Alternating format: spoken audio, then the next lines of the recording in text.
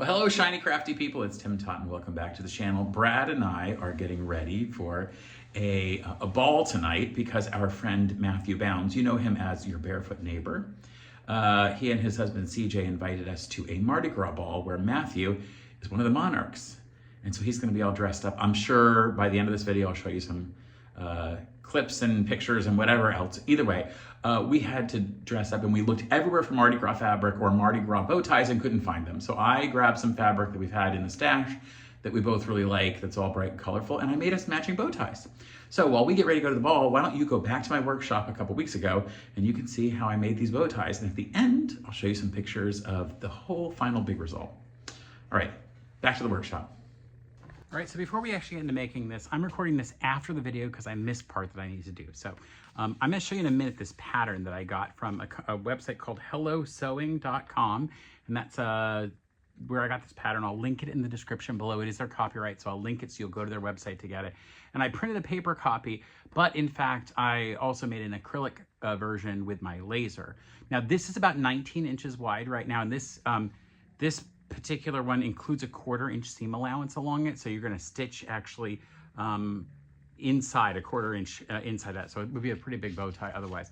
Now 19 inches is pretty good for using a fat 1/4 to make this. The only difference is this is 19 inches and then you have to do another 19 inches that way, so it has to be doubled. So what I would do would be to fold the fat 1/4 so it looks like a hot dog, so it's still 19 and 20 and 21 22 inches wide, and then sew down one end and then cut your fabric there, and you have to do 2 of those. So I'll show you now how to do that with some fabric I have that's not quite a fat 1/4, but looks like a similar shape.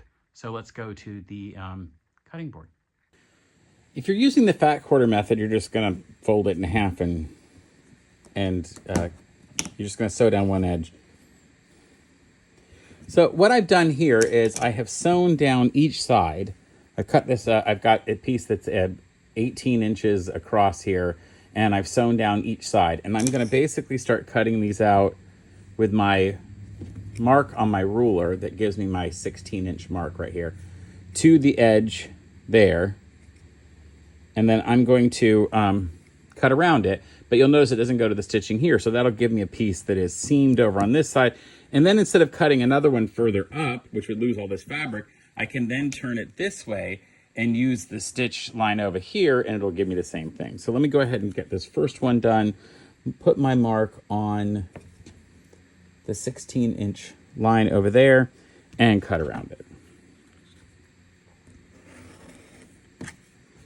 So I am cutting. Now the only difference here is I may have to, in these corners, because I'm cutting with a rotary cutter around a piece that isn't necessarily designed for a small rotary cutter to cut around, I'm going to have to come back in and cut with a pair of scissors. Now I could, of course, just draw around this, which would be fine. I could have done that with a paper version too. So if you were using a paper version, you would just do that. But it will be right here in this little point. It's going to be really hard to get that point to go. So I'm just going to double check and make sure got all of that done. And then I'll come back in and I'll probably get a pen right now and go ahead and mark it. I'm going to go ahead and get my Sharpie and mark that in so I can make sure I cut those properly.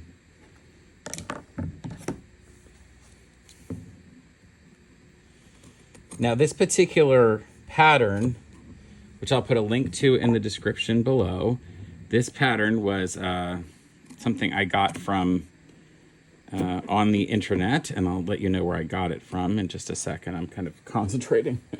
I got this from Hello Sewing. In fact, I'll show you right here. This is the Hello Sewing you'll see there. And like I said, I'm going to put a link in the description below for you, so you can also download it yourself. I have a big laser, so I cut myself, a laser engraved and laser cut version of the actual pattern, because I'm going to make a number of these different bow ties, and so I figured it may make sense. You also have to have 2 pieces of fabric for each bow tie, so this is just one side to go around your neck, and I'm going to need another one exactly like it. Now, because of the way I did this, if I were to just put this here, I'd lose all this fabric. So I'm going to turn it around this way, and I can get quite a bit of the fabric that's left over as I cut this out. So I'm going to actually save some so I can have enough to make the entire, I need to make 2 of these so that Brad and I each have one to wear. It'd be kind of pointless for only one of us to have a bow tie since we're going together and we kind of want to match. I don't know if I told you already, but we're actually going to my friend Matthew's Mardi Gras celebration because he is the king of Mardi Gras. He is a monarch of Mardi Gras in Gulfport, Mississippi. And I'll put a picture on the screen because of Matthew in all of his regalia as the monarch. I'm going to put this video out after we went. So obviously I'm filming it before we left, but you'll be able to see it after we went to it. And then later I'll share you a picture of what Brad and I look like in our tuxedos with our bow ties. I met Matthew in 2023, and then also, well, I met him virtually in 2023, and then in 2024, I helped him to become a TEDx speaker. He was the speaker on our stage at TEDx Eustis, which is an event that I have been the licensee and co-organizer of for 8 years. And he was in our 2024 class of speakers. Did an amazing job with his talk, the recipe for aggressively positive online communities. And if you're not a fan of Matthew Bounds yet as your barefoot neighbor, you should check him out. I'm a huge fan myself. All right, so we have now cut out enough for one full bow tie here and here, and they're the pattern that I found has the seam allowances included, so I didn't have to add seam allowances. And the goal is to sew this all around with a 1/4 inch seam and then turn it inside out. Now I'm going to leave a relatively heavy opening on the back side here. And I'm going to do that because I need a lot of room to turn it inside out. And this is on the back of your neck. And in fact, Brad and I are both going to wear sort of more traditional. We're not wearing tuxedo shirts. We're going to wear the traditional type shirt that has a collar in the back. So you won't see the back of that at all underneath the collar. So I don't really care how it looks when it's done. Let's go to the sewing machine. So rather than starting in this center point and trying to end out exactly where I need to at the end, I'm actually going to sew the ends first and then come in. So I'm going to sew this stitch first and come off of it. I am using a 1/4 inch seam allowance as per the instructions. And I'm just going to go right along the edge. I have a 1/4 inch foot, so it works out for me. Now I'm also not going to worry about, I'm going to clip all these corners so I can come in and just follow right along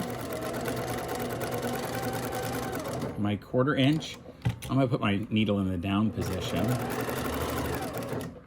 And I'll just make sure I've got my fabrics lined up properly on each other. Especially as we get down to this point here where we're going to have a lot of fabric coming through when I actually have to turn it inside out. And as I told you before, I'm actually going to leave quite a wide opening for all of that to turn. So I'll do that along the other side. This side I'm just going to go, and I'm only going to sew to the middle down here. So I'm actually going to sew the rest from the other side. So I'm actually going to come back. I'll come all the way down here and do the same thing I just did, but do it on this side, because I want to make sure these line up. Because if I had continued sewing down this, I might have gotten a little bit off. I don't want to get off at all. I want it to be very, very exact. This is a secret when you're making things, a secret suggestion when you're making things that you're worried about having to make sure they line up. You always want to sew the part that has to absolutely line up. You want to sew that first.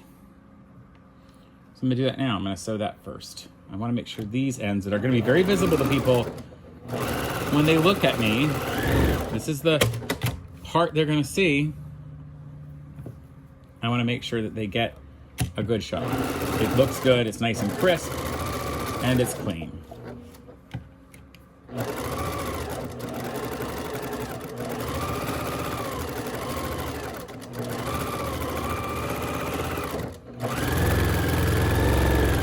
And you'll see I'm getting ready to come back to where I had already started stitching that earlier.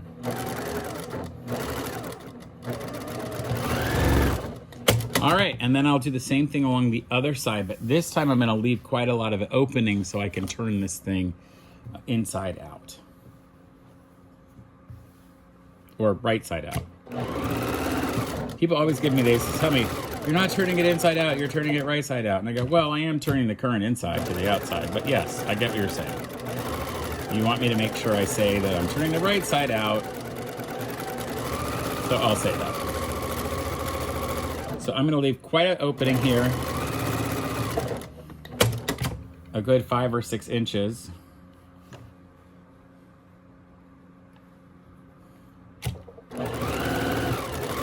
And I'm back stitching to really make sure. And then I'm not gonna go too far along this because I want to start that on its own. So I'll come back and stitch from this side. Starting at the area that I want to make sure is super crisp and lined up exactly. I need one more stitch there, okay. And as you may see, making a bow tie doesn't really take that long in terms of actual sewing. The longest part really is going to be next when I turn it inside out. And I am going to use a turner for that, so I'll show you what that looks like.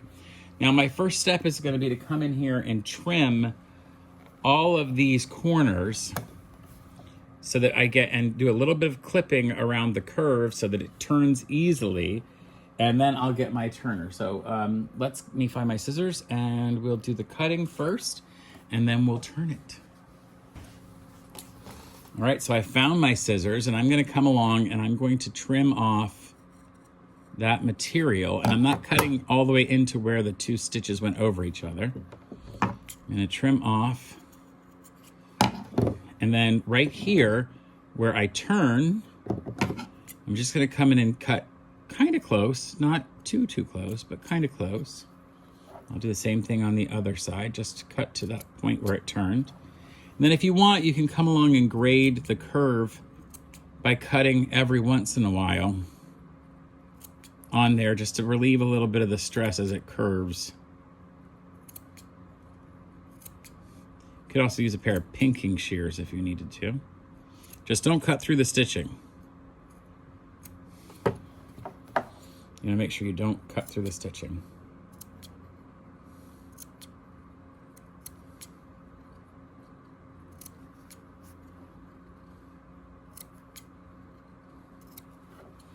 I'll do the same thing on the other side, and then I'm going to turn this thing inside out.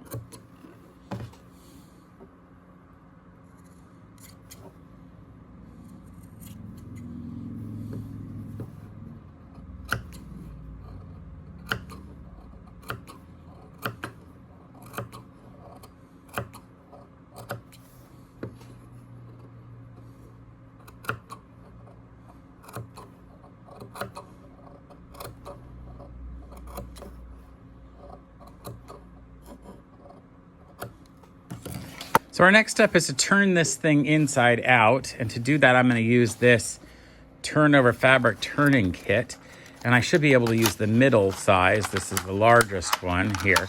It consists of 2 things, a tube, get rid of these other ones, this tube and this stick point turning piece, and I'm going to place this inside the hole that I have open, and let's see if it's big enough or if it's too big to go through that hole. It's relatively large. It might be too big to turn everything inside out. We don't know. So I might want to look at the smaller of the 2.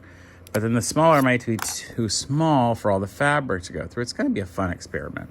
Well, we'll put that there and see what happens. Okay, so I put that inside. And I'm just going to squish everything down here like that.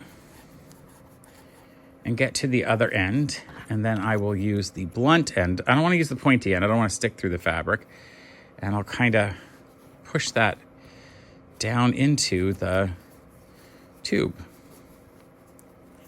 Ooh, gotta find it again. I probably should use the bigger one. It just might not want to fit. Let's try it, see what happens.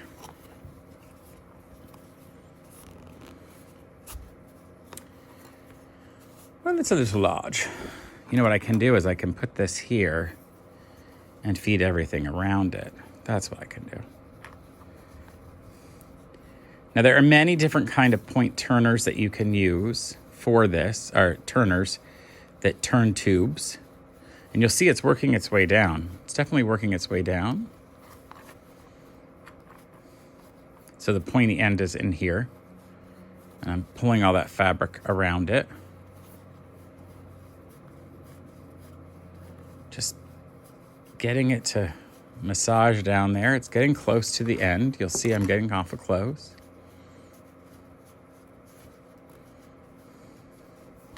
So I can keep pulling the fabric down here.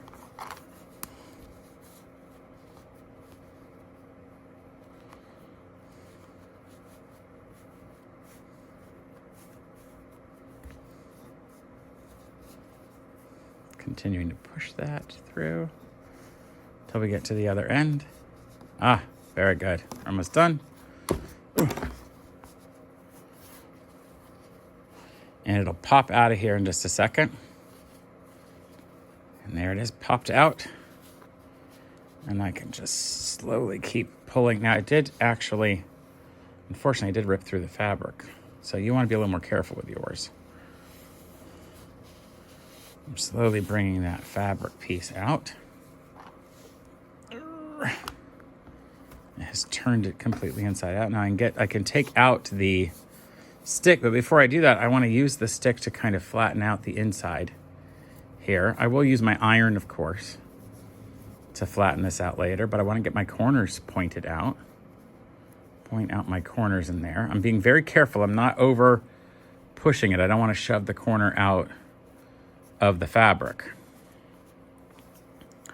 I don't want to put a hole in that fabric. And if you do put a little hole, I came through the fabric here. I could just mend that if I wanted to, but I don't think it's a problem. So I'm going to make sure I really go in and press that out. I'm using the point of that. And I'm going to go to the iron in just a minute. So I've done that side. That side is finished. And I can pull this stick out and start to do the other side. If I can get the stick out. Well, now one of the things that you can also do is use a scant 1/4 inch seam, and that can help you a little bit. Or when you do this, see how that's now worked its way out, and I have a you can also use a different turning tool. I have a different one. See this side, I think I overstitched my edges on the other one, and it became a problem. So this one's better. Look how much nicer that went on there. Okay, I'm gonna literally fold this over. I don't want the, and I'm gonna use the blunt end this time to bring that fabric through. Look how much easier that fabric is coming through. It'll in fact start coming out the other side already down here, and I can sort of grasp that, pull some more fabric off.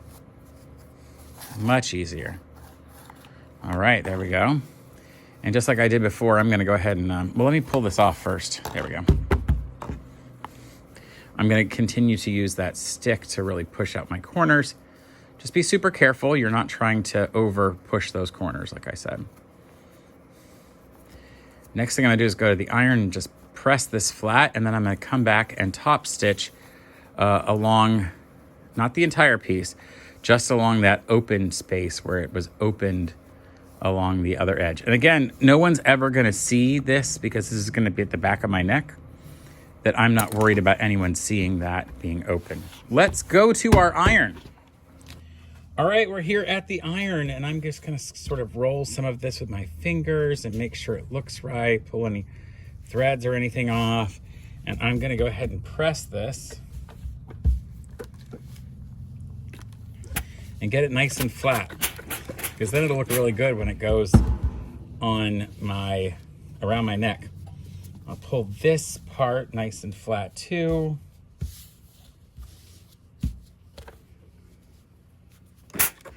Oh, so good. Make sure my other end is pressed. Ah, so good. Looking really good. And then this is where I need to make sure I fold that fabric in so that I can stitch it down with my sewing machine. I'm gonna press that nice and flat.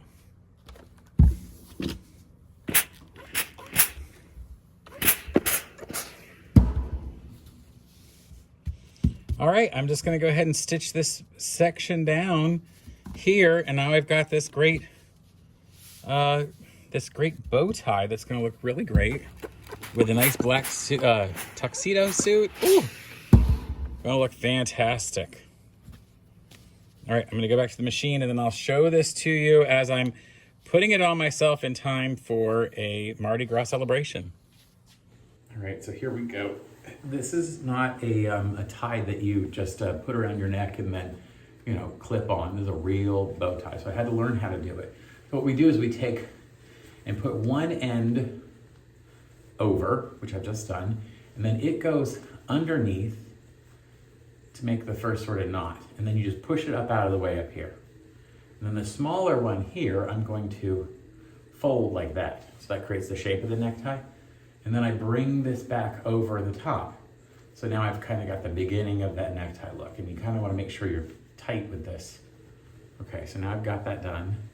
And then I'm gonna pinch these in advance. And the side that has the little tail by itself, that's the one I'm gonna go back through. See, there's a hole through that. So now I'm gonna push the folded edge of this through that hole, leaving the little tail out that other, well, I just did that wrong. I'm gonna go the other side. I wanna go through the side that has the double fold because I wanna push the fold through. So I find that little opening there and I push all of that through, just leaving the tail sticking out the other side. So we have a tail on one side and a loop on one side and a tail and a loop on the other side. And then you sort of hold them together.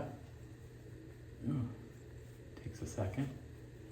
And you're gonna have a loop on the front on one side and a tail in the front on the other side. And you kind of gotta pull it, you pull them to get them to line up properly. You kind of have to do a little bit of finagling in there to get them lined up. And then you play with it to flatten that out. But once you've done all of that, you get your bow tie. And I'll play with it a little bit more, but either way, that's how you get a bow tie tied. Now I'm gonna finish this up real quick because we have to get to the party. I've gotta do this one on Brad too. And then how about this? I'll show you some great pictures of us all in our bow ties at the party with our friends Matthew and CJ, having a fantastic night. And until next time, folks, stay crafty. Bye for now. All right, well, it wasn't as hard to do it myself as I thought. See if I don't strangle Brad while I'm doing his.